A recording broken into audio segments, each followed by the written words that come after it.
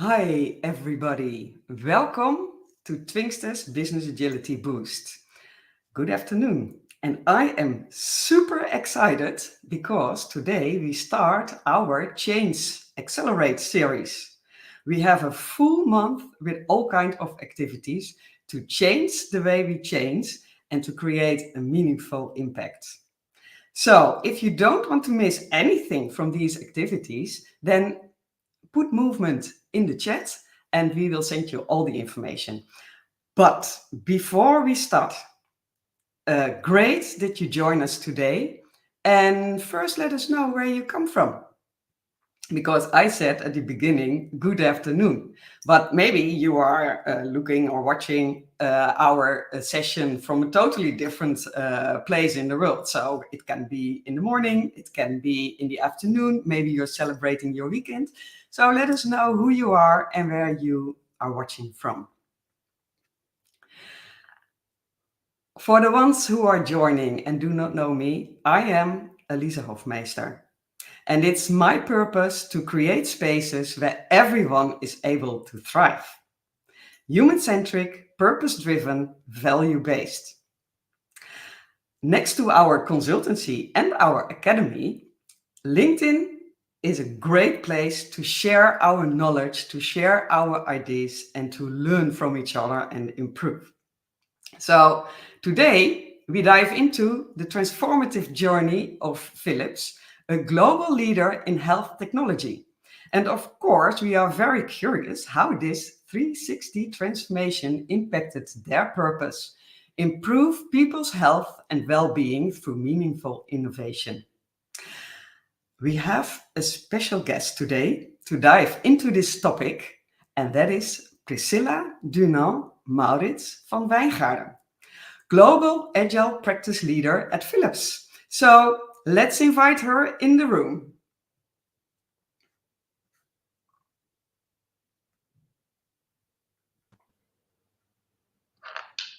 Hi. Hey, Elise. Hi, Yeah. everyone. Welcome. How are you doing today? Oh, doing very well. It's Friday. It's Yeah. super nice weather outside. And I'm looking forward to our great conversation today. Yeah, and I think we all do because you are making or going through a huge journey already for a couple of years, right? Yeah. And I know, because we can dive into it immediately, but Yeah. maybe first a bit more about you. Who are you? Because I introduced you as Global Agile Practice Leader.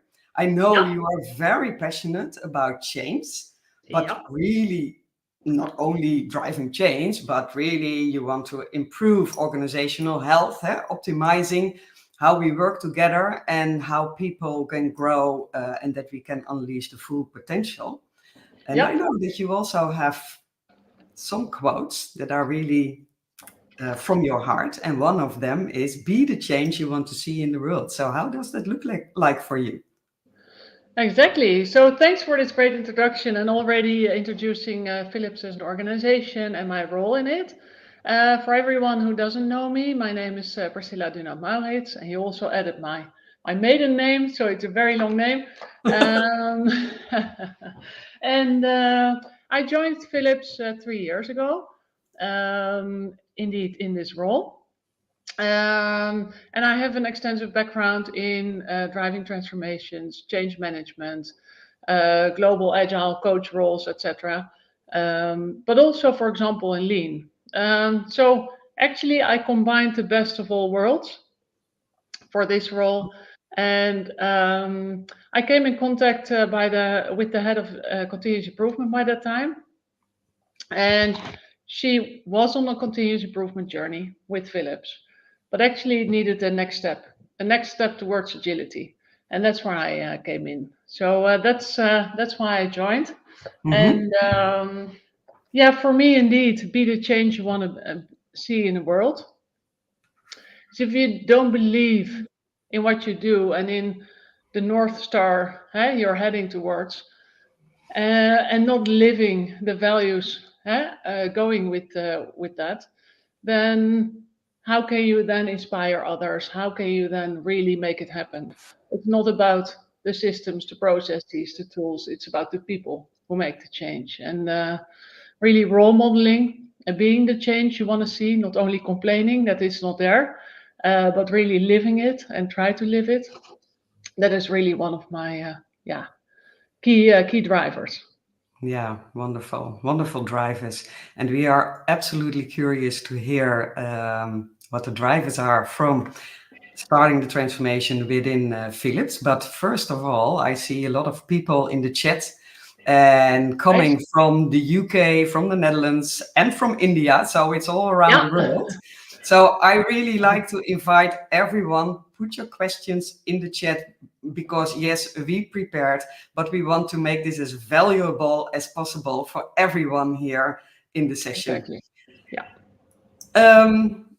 Priscilla, Yes. you are going through in the organization through a huge transformation. You called it the 360 transformation journey. Yeah. From the start. I know you are already in the journey and improving, but what was the essence why Philips started this transformation? Yeah, it's a good question. So indeed, we were on a successful continuous improvement journey, mainly backed up with Lean. Still, Lean is very important in our organization for continuous improvement. Mm-hmm. But as said, there were some key pressing factors at that time, like geopolitical shifts, wars around the world. We had that issue with the respiratory care, and all of that together made it clear that we needed to step up as an organization. So we are a 133-year-old company for a reason, right? Innovation is at the heart of what we do and stays at the heart of what we do. We're very good in it, but when you look at the translation from more the strategy to execution, then especially because of these challenges now, also supply chain issues with that, which I didn't even mention, you need to work differently. And that is so needed to stay competitive, to stay ahead of the game, but also to keep your own talent in-house and resilient and agile and flexible, right? So a lot needed to change from strategy to execution. That was the reason for change. What did we lack at that point in time? We lacked focus on the highest priorities for our customer. We focused on a lot of priorities, all important, but 18, for example. So then we decided to focus on the most valuable and much less. We worked quite a bit in silos, so everyone did their bit, but really having that end-to-end view with the customer at the heart and center. Of course, we had a customer focus. Don't get me wrong. People are out there every day to serve our customers. But really understanding how the value chain and how the value flows gives you also a better understanding of whom to work with along the lines, right? And if you don't, you get rework, you get demotivation, slowness in the process, etc. And competitors release more frequent ultimately, right? And customers get more dissatisfied if you're not careful enough. So that is what happened, and that is where we started with our first Agile at Philips, then Agile 360, and now Impact 360. And it all has a reason, because we evolve as well. We started with a small multidisciplinary team, swarming through the organization to understand the level of agility, where it happened, who worked agile, who was also really agile, and understand the best practices, but also the challenges they encountered. Yeah. We wrote those up in a, sorry, go on. Yeah. No, now you started with the agile transformation, and you are now already moving in the next level direction. So to continuous improvement, you were using different names, etc. But you started with the agile transformation. Exactly. Can you explain a bit about how you started? So did you just start agile methodologies? Did you start everywhere at the same time? Or did you do that in a different way? What was your approach initially? Yeah. So our approach was that we got support for Mm-hmm. our findings and recommendations going forward, which led to 4 pillars. First, we needed to get our house in order with agile training journeys for teams and leaders. Up to 3 years ago, we bought it from the shelf from various vendors. We used the Spotify model, we used SAFe, Yeah. and a lot of other methodologies. So we brought it into context and we developed journeys, agile journeys, fitting a medtech company, right? Because we are in a regulated environment. You can't go full-fledged 100% agile. How does it work for us? We have various products, right? More the hardware, longer term releases, and the software solutions, which have frequent releases. So there's also not a one size fits all. So we took that approach to first get the house in order with offering, right? Training, but also coaching offering. Mm-hmm. Then we had another pillar on end-to-end transformations. So we built a backlog of where the need was the highest, right, for an agile transformation.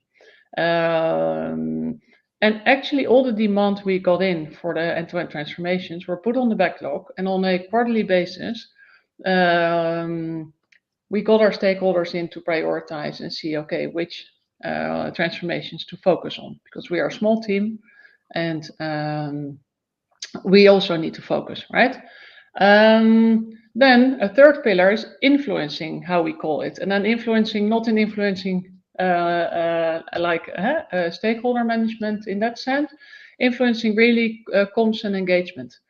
Mm-hmm. So writing articles, really visualizing the transformations we support along the way, to give the rest of the organization a flavor of what it could look like, right? Those are little stories in itself around servant leadership, around 100% accountability, etc., but also end-to-end stories, Mm-hmm. where you see really how it started and how it evolved over time and how the teams and leaders sustained at the end. Yeah. So that is the third one, the influencing part. That's why we also have a copywriter and an art director on board to really make that happen. And also because of the scalability, right? If you're here, you're not in the rest of the organization, and we're a global team. Yeah. And then the fourth very important pillar is the strategic partnerships. Don't do this in isolation. Don't think that you have a groundbreaking, super new, reinventing the wheel idea with Impact 360. No, it's just joining forces, connecting the dots, unleashing potential, and find coalitions, basically. So we work closely together with HR around culture, closely together with change management around how to get teams and leaders through that change curve. We work closely together, as said, with Lean, continuous improvement practice, because it goes hand in hand, as you know. Mm-hmm. Design thinking, don't forget design thinking, because there's a lot of groundwork to be done at the start of a transformation, and in terms of customer journey mapping, in terms of ecosystem mapping, what have you. Mm-hmm. But also performance management, to measure what matters. We're lucky that we're part of the bigger performance excellence team with all the practices, so we can easier team up and make that happen and really start from the problem and then walk back and see what integrated solution do we have. So that is how we really focus on these 4 pillars. Yeah, good. Thank you for sharing, Priscilla. And I see some questions coming up in the chat, and we will have a look at when we can address them. But one of the questions is also, and you explained already, the strategic pillars, but I can imagine that it is a very huge transformation and it's 360. And as you already said, you really look at the entire system, but that's huge. So are there also some quick wins? Were there some quick wins in the beginning that you can share? Yeah, definitely. So we have a long-term and a short-term approach, right? And the short-term approach was, let's start work iteratively ourselves. So we started from the beginning to work agile and to be agile ourselves as well. So your team, you mean? My team. Yeah. Okay. Yeah. And the important part there was, because we're small but multidisciplinary, we had a core team of 8, but we had a very wide extended team of people who were willing to develop content, to give feedback, to cheerlead, to take the story under their arm in a town hall or leadership session, etc., etc. So we also invited our stakeholders in the reviews, but also in the demos, and started to deliver quickly. And that was first the basics, right? So having the house in order with the training and coaching support. We also did single trainings, right? Because leading is very much also the number of trainings, interventions, support, and coaching you do. And that alongside with starting up longer term transformations. And measuring success of longer term transformations is tricky because you can only measure success or see trends after, well, to be honest, after 12 months. And that's hard because when you then start, it's like, yeah, it's all nice what you do, but where's the impact, right? And now we're further down the line, and also the longer term transformations start to show impact. For example, in our enterprise informatics business, we just wrote up the impact story of their transformation of the last 12 to 18 months. But the quick wins were really being transparent, showing your backlog, being very clear on the vision and the strategy, being clear on what's in it for our stakeholders, for the transformation leads, for the leaders, for the teams, etc. Where can they find their information? For only a single training, we have a pool of 25 trainers across the whole organization, but also for an intake and a diagnostic assessment of a real transformation. So it's basically twofold, and we try to filter from the start. So we invest quite a lot in the start. Is it a once-off request? Are agile coaches the right people now, or should you start with, I don't know, a problem-solving exercise first, to really understand what is your ecosystem, what's your context, who are your customers, and what are you after, to understand if this is worth a full transformation support or just inject a bit of capabilities, because you also need to be smart, right? Sometimes it's just a bit of help and hand-holding and inject some, and sometimes you need to build those coalitions on site in that business. And what we then do with the transformation is we build a coalition in that context. So see who are already the change agents, who are already the maybe agile coaches, transformation leads, CI practitioners, etc., who can drive this transformation together. And Priscilla, I really like what you say, that you build those capabilities in the departments, in the teams. Have a look at, hey, who are your ambassadors, who are change agents, and you work with agile coaches. Now, if we look at transformations and are driving transformations in organizations, and that's also what you experience in your organization. The biggest challenge, what we get back, is the cultural shift. Yeah. because we can implement everything. We can offer tools, trainings, Yeah. etc. But it's also about behavior and a continuous change or shift in behavior. And we are human beings, Yes. so we often fall back in our old Yes. habits. Yeah, So we do. how do you help the people in the organization to make this shift? Yeah. So first, understand that it takes time. Yeah. Don't rush and don't make it a mechanic program. Don't think you implement things, because if people hear implement, then they get kind of crazy, right? Our businesses have less and less resources and more challenges ahead, so they need to focus on the customer, focus on their business, and we need to make their lives easier, right? In that sense. So it takes time. And if you want to make it stick, you need to really, build the runway, right? It also has phases, a transformation to make it stick. So you go through certain phases in change, right? In the beginning, it's all bumpy. You need to be there to listen. Don't already come with measures and stuff, and just be there and accept the chaos for a while. We had two coaches, for example. So I have an example in enterprise informatics where we supported the transformation of, it's called informatics excellence. It's a lot of software solutions they provide. So it's really a growing business. There we had two trainers slash coaches from Impact 360 on the ground. They were there to listen, to help with very simple things in setting up Azure, in training, in teaching. It was all very applied based. It was not come to a classroom and then after the training do it.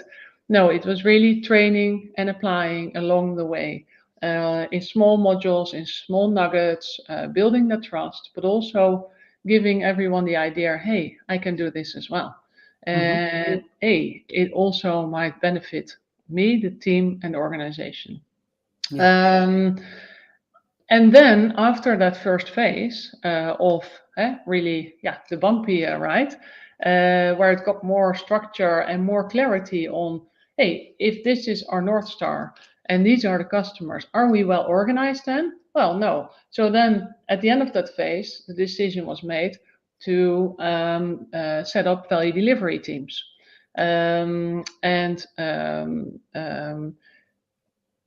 The second phase started actually with much more maturity. And there we brought in measures. There the servant leadership, the deblocking came along and everything came together, right? So the cultural shift went slowly but smoothly, I would say. And Priscilla, it is also our bit of next question, but this question is coming in from Magdi. Related to leadership within a big organization, how can you make change and keep forward using leadership to start a change from the bottom of the organization to the top? Is that possible? Because you explained it takes a long time to start measuring. We know how it works in large organizations. We need to measure success, show your success. What are you doing? Are we achieving our goals, etc.? And sometimes leaders can become impatient. But they are the drivers of change. So how did you do that? How did you take them along? And it's a very good question, because there are two layers to this, right? Two approaches, and I hear only bottom up. That is definitely not the case. So I'm happy with this question, if that was the impression. So actually, our strategy is to indeed bottom up, be there for the bigger transformation in the organization, and visualize those so it's scalable, the learnings and etc. But top down, there's definitely also support. So from the start, we have an executive leader as our sponsor. He is also our cheerleader and always there to help, to deblock, and to prioritize. And that is really needed. The belief in need for change, in need for improvement, in need for agility. And also, our leaders needed to be coached in that journey. We had a CEO change halfway. Okay. That really was a significant difference in leadership style.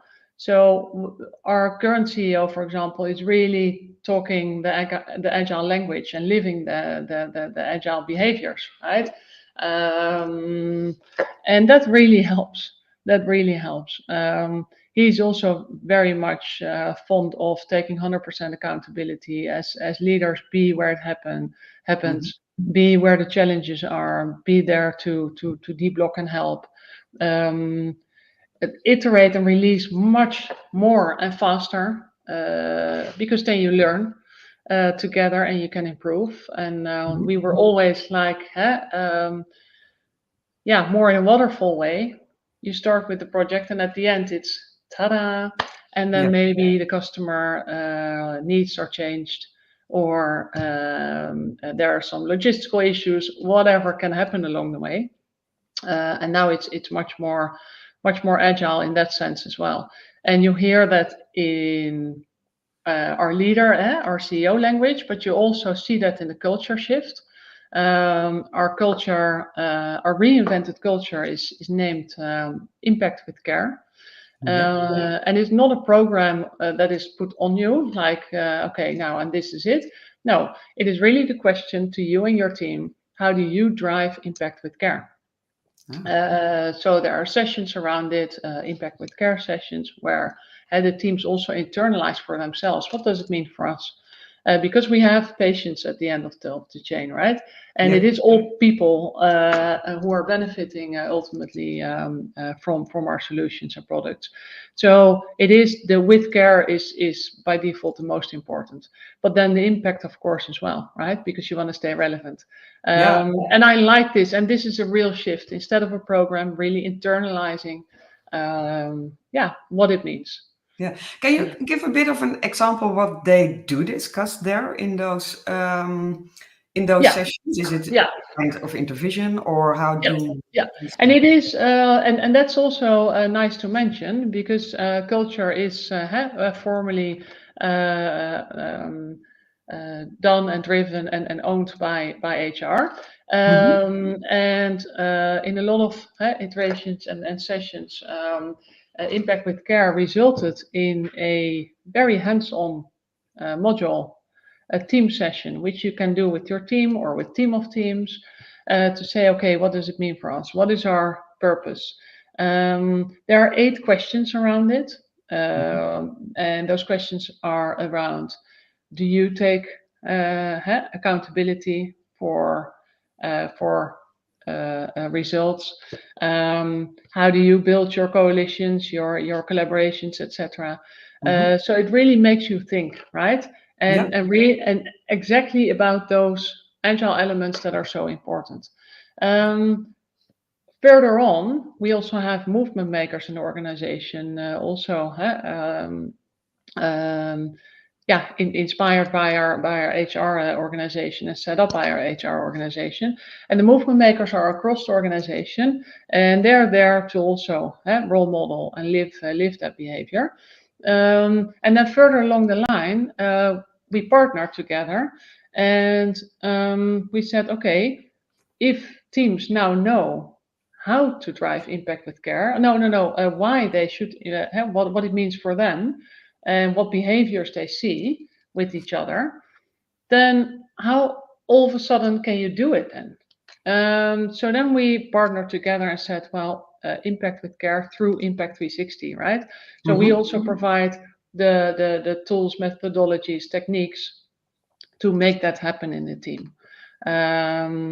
So we have a very hands-on, practical toolkit where teams can build their joint backlogs, priorities, a purpose, a canvas, a team charter, but also a rhythm where they can plan, Yeah. do, and then check and act, right? Yeah. Wonderful. With review and retrospectives. So Yeah. it's very small, but Yeah. that's also super important to drive that culture. Yeah. Along the way. And I saw a question coming in from Alberto, and maybe that relates also a bit to what you explained and what you are doing with with the impact with care. He's coming from Africa, and he explains that people love to hold the power as seen in most African leaders and resist and forms of transformation. You are also working with a global organization. So you have people from all kinds of cultures, which have also a different understanding and a different background about certain topics, which maybe are easier to change. And I sometimes doubt that, but okay, easier to change in the Netherlands than in Africa or in the UK or in India. What is your experience with that? Very good question, because we only work with multidisciplinary global teams from different cultures and backgrounds. We don't have only Dutch teams or only Indian teams or only. No. So that's definitely something to take into account. And there is even a lot of studies on, does agile work in every culture? We all know, and indeed, you have some hierarchical cultures who always keep on looking to leaders, and others are more used to taking that accountability. I think what very important key success factor here is being able to flex your leadership style, and be very aware of the composition of your team. Be very aware of the system, the ecosystem, the country challenges, etc., to understand why there may be resistance and why it also makes sense. Don't force everything because it's on paper and that is agile and you should that. No, understand where behavior comes from, and see what is feasible, what is not feasible. What we always do is also along the lines of transformation, do a lot of leadership coaching. These challenges, of course, also come up, and make it safe also. So coach in a one-on-one setting sometimes after a sprint event, right? And also let the leaders then role model. If leaders are open for change, in this case, in the African setting, then also see to what extent can they be full servant and let go. Maybe they can't even, right? And then find a balance of feasibility there. There's no one size fits all for that as well, and respect people. So respect backgrounds and cultures. Yeah, That's super. And there also the real change management comes in, because not everyone is walking the same journey, and there can be all kinds of experiences in the past that influence why you act as you act today. So it's and you have also the ladder of influence from Dan Pink, and you can ask various questions to if a person is not used to taking accountability because used to ask and getting an answer, for example, then you can just slowly start with asking some questions on what have you tried, or did you try anything, or what would you think, in a safe setting, just to spark those thoughts and the idea of, hey, I'm now allowed to also come with suggestions or take decisions even. But that can take a while, and if you have that ladder of influence in mind, or then you can also accept and realize better that some only need a bit of a spark and injection, and some really need more. And if you because you are now you have now this program is not a good word, but you are working now on the care program. Is that something Did you already prioritize, but started that in the beginning, or would you say, hey, if I would start again, would you Yeah. then do something different?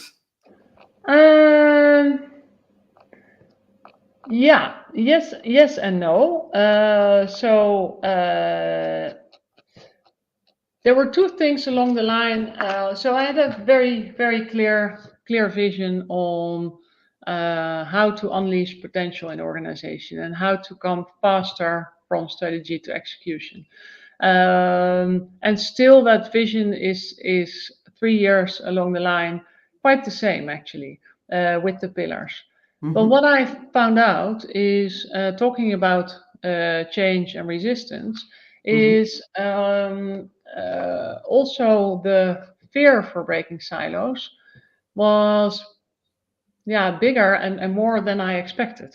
So it took a bit longer to really build that trusted coalition where we step over our own practice or COE or egos even to say, hey, what does this problem need, right?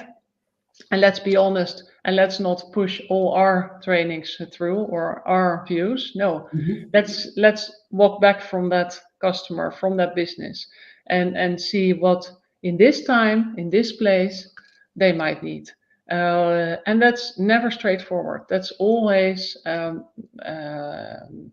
blended approach, right? That is always a blend between various methodologies, practices, etc. But that resistance was a bit more than I expected. Okay. The positive surprise along the way and learning as well is that indeed, if you keep scalability and visibility and transparency in mind all the time, as a small team of 8 core team members, then you can actually have big impact.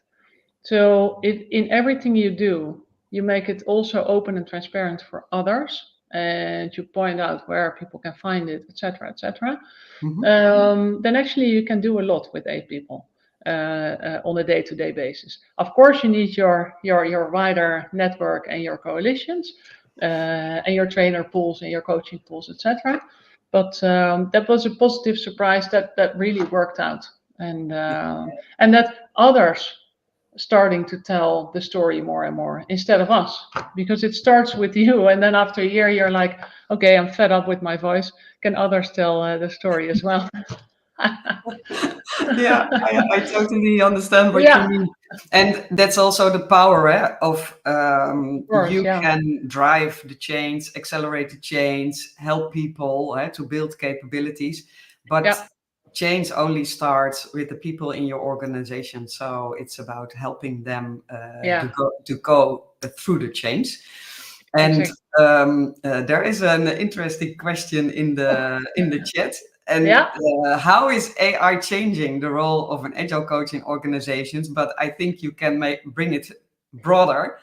How is the influence of AI for accelerating change? So, for instance, for your team, how can yeah. you benefit from that? Are you working with that? Do you use that in your Well, if change process? someone can open up the mic and give me the holy grail, then please do, because we're no. So we're totally exploring this in the market, but also for us, and also again in that regulated environment, right? Because you can go wild with AI, but what is and what is not possible.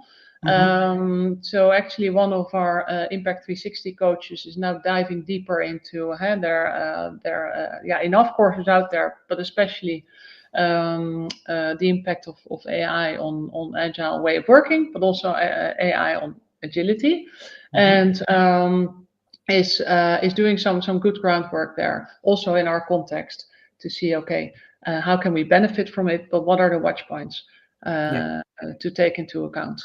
So Yeah, more to come, but yeah, I can't tell you yet.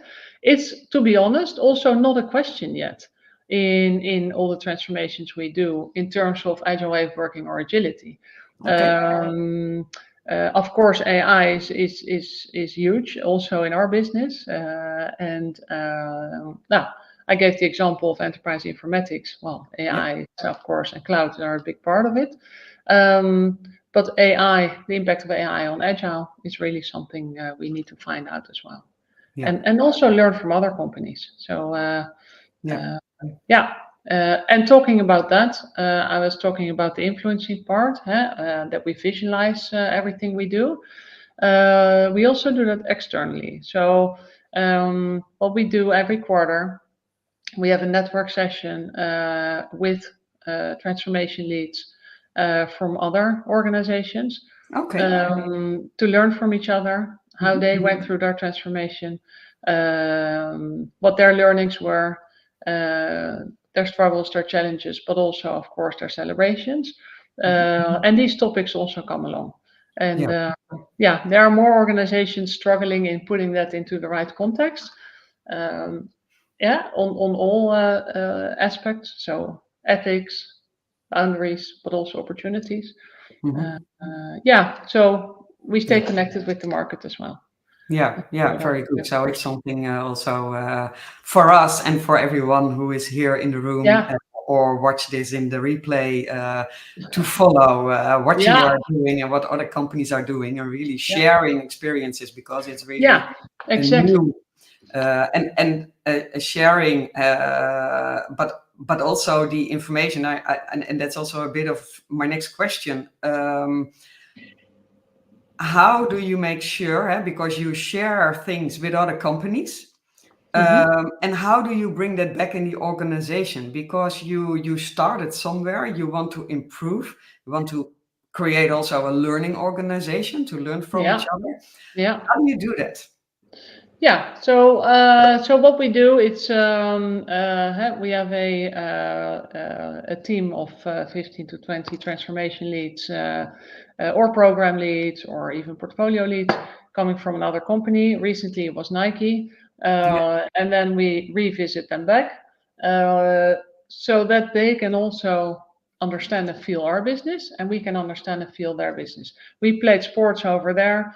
They were in our customer experience center to see our latest innovations in Best. And then brainstorming together around agile topics on what does it mean for you.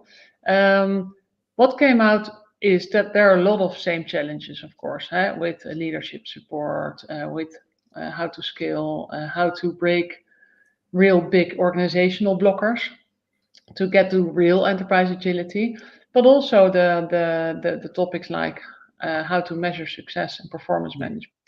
yeah. And for example, Nike had a very interesting mechanism on how to measure their performance. Mhm. So we learn a lot from each other.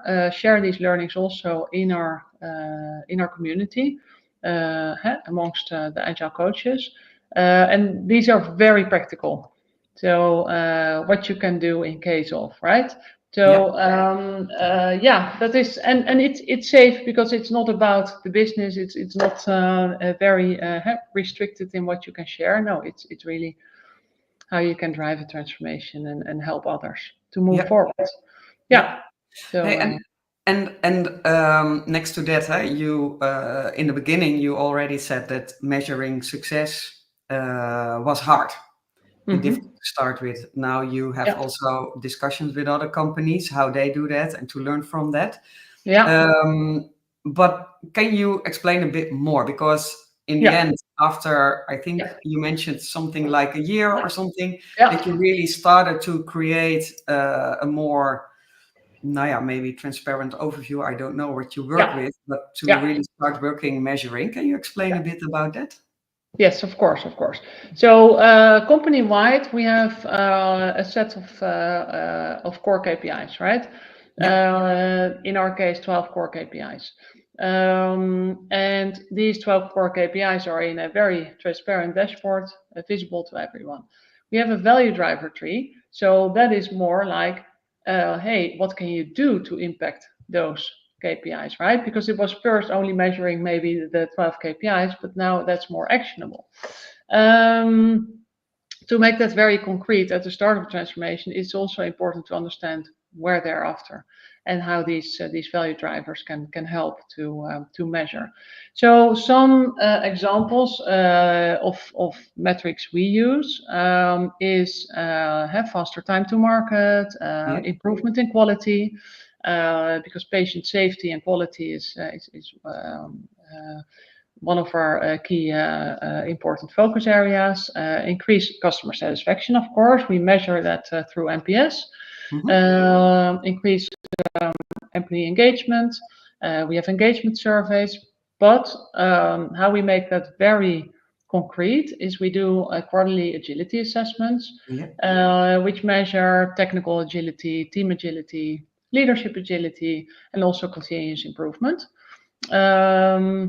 And that is done alongside the business KPIs, right? So it doesn't say that if we as an organization have 12 core KPIs, that a certain business also impacts all 12 core KPIs. You can't. So what are the business KPIs in that transformation? And then measures might be customer NPS again, employee engagement, increased revenues, shorter time to market, release frequency, those kind of measures. But it's super important to commit that from the start. What are you after? Who is there to make that happen or not there? Can also be the case. How to then build that capability and how to measure success.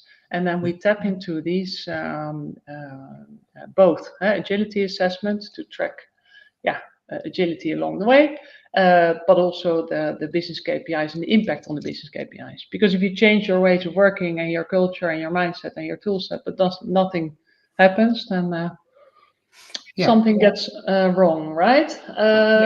Absolutely, because and for us on a more global level, we also say, okay, we need to measure capability improvement.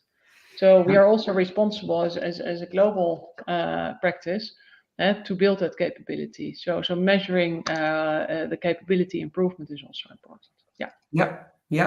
Okay. Nice. Thank you for sharing. And if you, I'm looking at the time. If you look at the entire journey you did, you made a lot of learnings, lessons, lessons learned.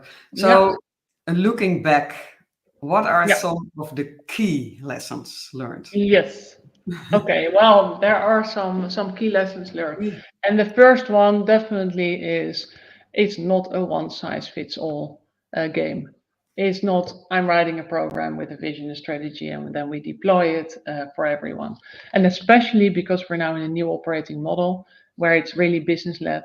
So no one-size-fits-all approach in anything, in ways of working, in coaching, in type of leadership, etc.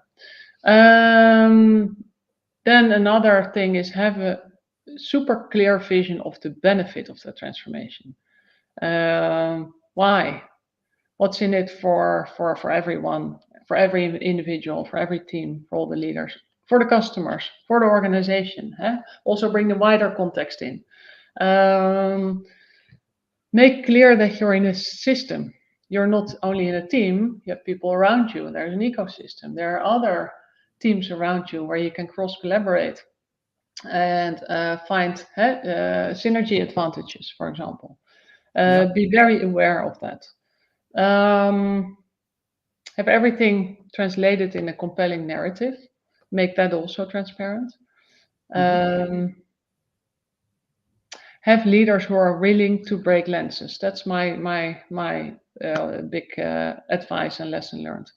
If you don't have leaders who are willing to break lenses, if it's easy, right? Okay, I help prioritize. And yes, I can deblock and be fast and be where it happens. But if it really comes to more business agility or enterprise agility, then sometimes also choices need to be made around budgeting or moving towards a rolling budget, but also regulatory, right? How do you bring regulatory bodies much more in as a customer almost, right? Yeah. And understand what they're looking for instead of just doing like, oh, we need to report out, and then at the end, who they come.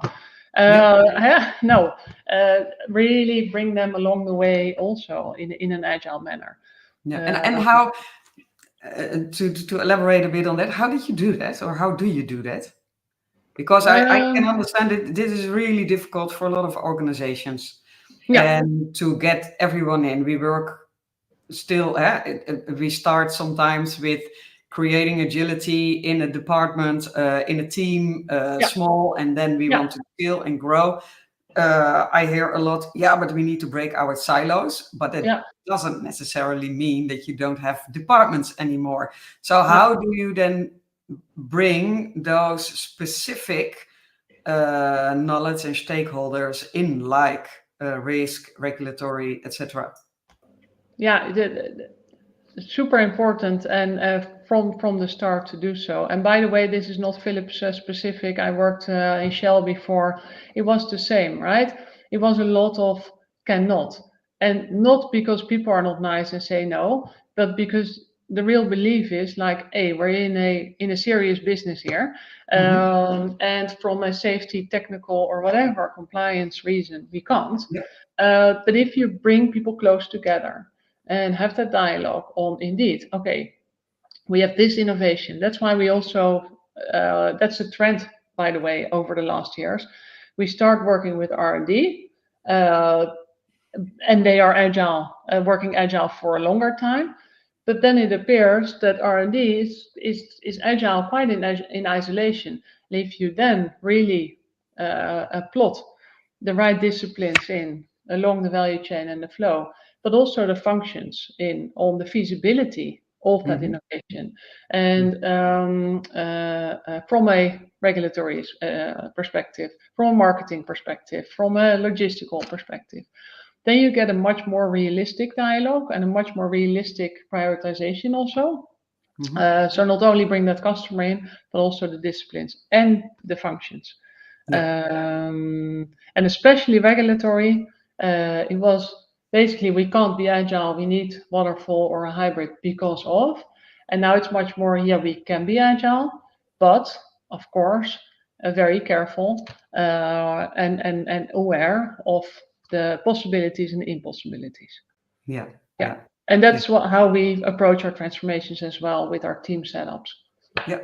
And do you think, because you say agile and waterfall, do you think that those two ways of working can go together? Yeah, it actually also happens a lot in organization, the hybrid way of working, how we call it. So that you still have your stage gates and your must-haves per stage, etc.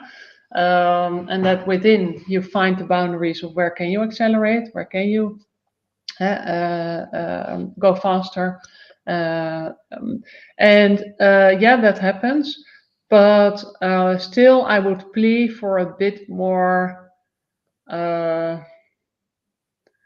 So yes, you have your must-haves, and you always stay hybrid because that's just the case. But if you are aware of maybe the 30% of must-dos in a project or product development, then you can also incorporate that more flexible in your backlog. It can be a bit more agile than it is now, but it always stays a combination. Okay. Cool. But in mindset, the agility mindset, I really believe that the rhythm is for everyone, and the agility, the agile mindset is really for everyone. And agile ways of working, it depends indeed on context, feasibility. And then mindset related to also the values and principles of your organization. So that's not different if you work in a different way, right? No. Yeah. Exactly. No. Hey, and I see a follow-up question about the third pillar on influencing. I understand that Philips utilize an internal communication strategy within the SharePoint environment. How does the 360 transformation team collaborate with the marketing team to ensure these articles effectively reach employees and engage them to read the content? Wow, that's a great question. So yes, we are connected with the market, but with the developments in agile and agility throughout from our competitors and transformations, the latest developments in content. But our customers, do they also benefit from the stories of, hey, because of this new way of working or different coalitions and operating model, we benefit from it as well. So actually, it's a great idea. We're not there yet, but it's a great idea to work with marketing also for our customers. But on the other hand, do customers care, or do they care about just the value they get from us?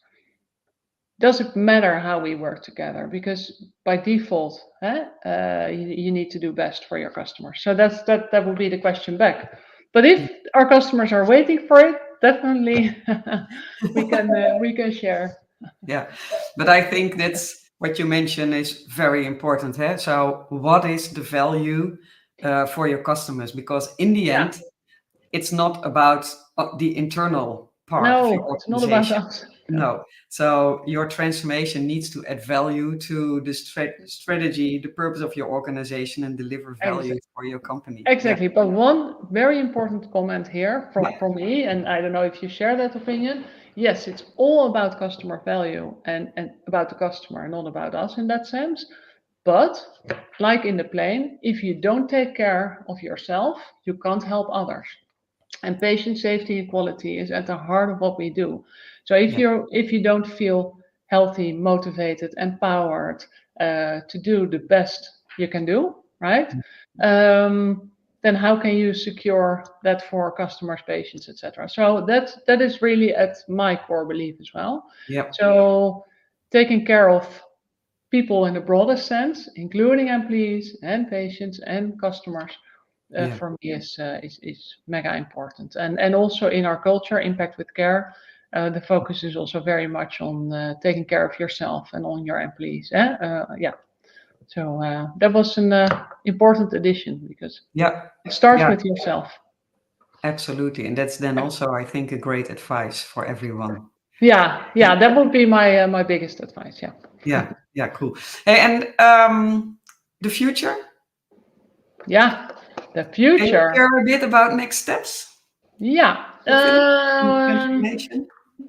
I think for the next steps, our aim at the start was to influence the first 10 to 20% of the organization, right?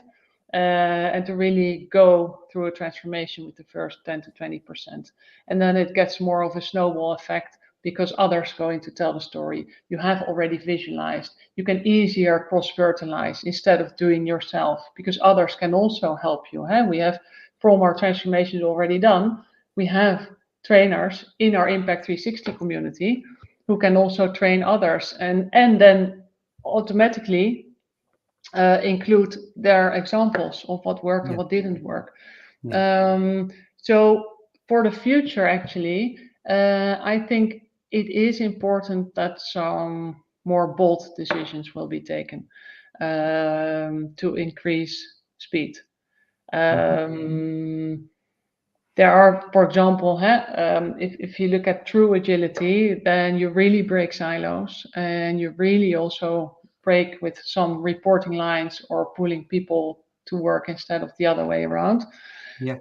That is definitely something we can step up in and truly integrate, right? Having IT and business and excellence teams totally blended together, including the markets, to serve our customers. That is still a road to take, because still also in our informatics excellence example, where the full business went agile and with a big success and impact on our results in NPS, in employee engagement, in their release time from 6 months to only a couple of weeks, even they struggle sometimes with organizational boundaries that are holding them back from going faster, and that's frustrating. So some bold leadership decisions, need to be taken. Yeah. And I can't say that much because it's also, of course, but yeah, those are things that are important. But Yeah. furthermore, I think still a lot to do, and but we see the shift, so that really encourages. Yeah, and I think it encourages us all here, as I can speak for the people here in the room, but at least I speak for myself. It's very inspiring to hear where you come from, how you went along in the journey, how you improved and took the next steps, and that's of course not always easy. But there are great initiatives going on in your organization. So we are, of course, eager to follow you. Yeah. And so to notice and learn from you how this will continue. Yeah. And I know there are some other questions in the chat which we maybe did not totally answer. I'm not sure. Okay. Sorry for that, but I will have a look afterwards in the comments, and if something is not answered yet, then please let us know, and we will dive into this and give you the answer as best as possible. So, and I will also give the questions then to you, Priscilla. I will take care for that. And with that, we finish this session, the first one of the series, Accelerate Change. So if you want to know what kind of initiatives and activities we have for the next month, then put change in the chat. And I like to thank everyone here who was with us, who was active in the questions, who wanted to really know what was going on within Philips. Thank you for being here. Thank you, Priscilla, for being our guest and for sharing this amazing transformation experience. Thanks for having me, Elise. Yeah, of course. Yeah. Of course. Thank you for being here. So I wish you all a wonderful day and a wonderful weekend also. And till next time. Bye, everyone. Bye-bye.